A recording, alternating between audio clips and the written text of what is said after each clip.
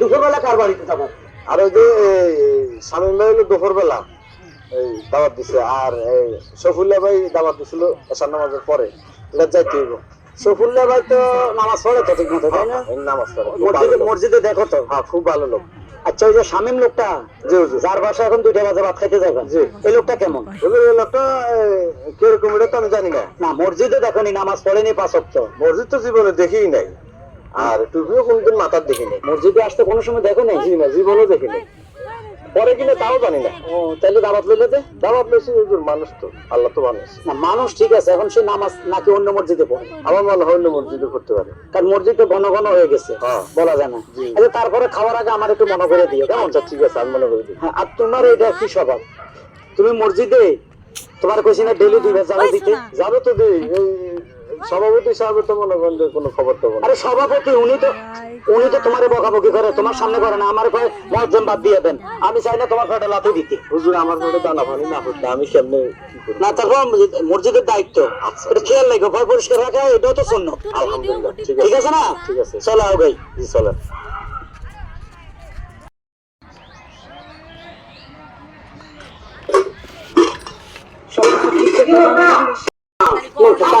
সবকিছু সাজানো রাখা হয়েছে তো, অনুভূতি আসলে খালি বসে আজু ও এটা নিজে রাখো, আজকে বলে দাও সব কিছু। ভিতরে আও কুদলালে আব্দ দে দে দেবুন। আচ্ছা, কুদলালে আব্দ দে দে দেবুন। আসসালামু আলাইকুম। ওয়ালাইকুম আসসালাম ওয়া রাহমাতুল্লাহি ওয়া বারাকাতুহু। জি, আসসালামু আলাইকুম হুজুর। আপনি বসুন। বসুন। হ্যাঁ, মুয়াজ্জিন বসুন। তুমি এদিক দিয়ে এসে আচ্ছা, আমি তো তোমার একটা কথা জিজ্ঞেস করতাম। জি বলে। তুমি কি নামাজ পড়বা পড়ো? হ্যাঁ, নামাজ পড়ো? হ্যাঁ পড়তো। হ্যাঁ পড়ি। পড়ো। ওই মসজিদে তো ওনাকে একদিনও দেখিনি। আচ্ছা শোনো না, এদিক দিয়ে এসে হুজুর দাও না।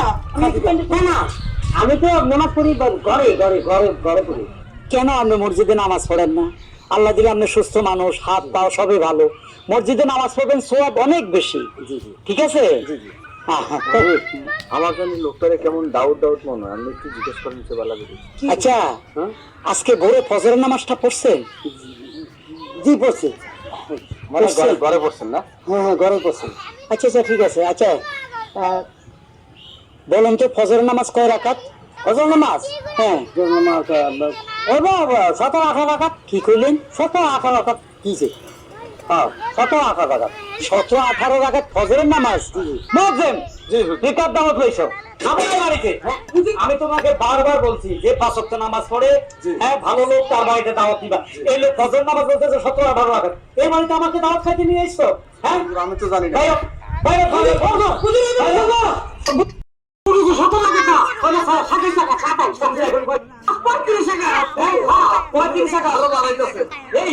তোমাকে যে আমি কি করবো মসজিদে পাইলে শোনো।